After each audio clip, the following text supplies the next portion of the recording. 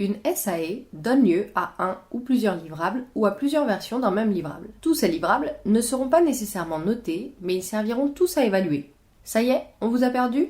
Reprenons par le début. Une présentation orale, un rapport écrit, un prototype sont des exemples de livrables. Ces supports illustrent de manière tangible soit la réussite de la tâche réalisée par l'étudiant ou le groupe d'étudiants, soit la progression de l'étudiant. Il s'agit là de permettre à l'étudiant de se situer dans le développement de sa compétence. C'est l'occasion pour lui de s'auto-évaluer, de recevoir des feedbacks des enseignants ou de ses pairs. Définir un livrable, c'est donc idéalement définir un format, un contenu, ainsi que des modalités de réalisation, de rendu et d'évaluation. Pas de panique si vous n'avez pas tous les éléments immédiatement. Ils viendront progressivement au fil de vos réflexions. Partir du format du livrable ou d'un bout de contenu est un bon point de départ. Vous êtes libre de choisir les livrables qui vous parlent, mais si vous avez besoin d'inspiration, vous trouverez des exemples dans la fiche de votre SAE. Reprenons l'exemple de la SAE gestion de projet du but informatique. À l'étape précédente, choisir sa SAE, nous avions opté pour un appel d'offres lancé par l'IUT ou la ville de Grenoble autour d'un projet de développement informatique. Le livrable relatant la réussite de la tâche pourrait donc être le dossier de réponse à cet appel d'offres, accompagné d'une soutenance orale pour défendre le projet, potentiellement devant les commanditaires de l'appel d'offres. Un livrable relatant la progression de l'étudiant pourrait être un résumé écrit, détaillant la façon dont l'étudiant a collecté les informations nécessaires pour répondre à cet appel d'offres et comment il compte les traiter. Le choix du format du livrable, tout comme le choix de son contenu, doivent être réfléchis en même temps que leurs modalités d'évaluation. Il est donc indispensable de garder le programme national et le référentiel de formation sous la main.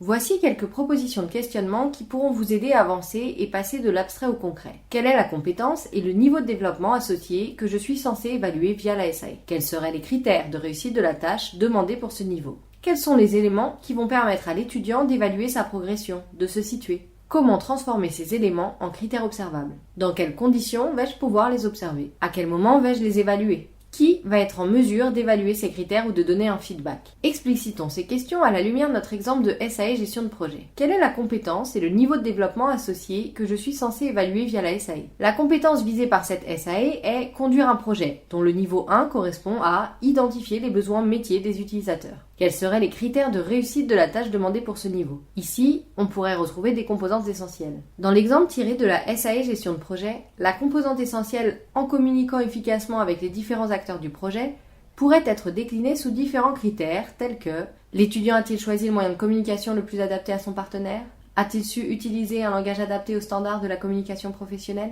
Quels sont les éléments qui vont permettre à l'étudiant d'évaluer sa progression, de se situer ? À cette étape, on pourrait faire un lien avec les apprentissages critiques. L'un des apprentissages critiques visés par la SAE gestion de projet est le suivant. Appréhender les besoins du client et de l'utilisateur. Demander aux étudiants la réalisation d'un questionnaire de recueil de besoins pourrait le permettre. Comment transformer ces éléments en critères observables ? Cette étape pose les premiers jalons de l'évaluation et de la construction des grilles d'évaluation. Vous êtes les mieux placés pour déterminer ces critères en fonction des ressources que vous apportez dans cette SAE. Comment vais-je pouvoir observer ces critères ? La réponse à cette question permettra de définir les modalités de rendu du livrable ainsi que ses modalités d'évaluation. Ces critères seront-ils observables dans une réponse à une question, dans le rendu visuel du document, dans une particularité du prototype, dans son coût par exemple ? Quant aux modalités d'évaluation, 2 questions supplémentaires permettent de l'affiner. À quel moment vais-je évaluer les étudiants ? En live, en asynchrone ? Et enfin, qui va être en mesure d'évaluer ces critères ou de donner un feedback ? L'enseignant de la ressource, un pair, un professionnel ?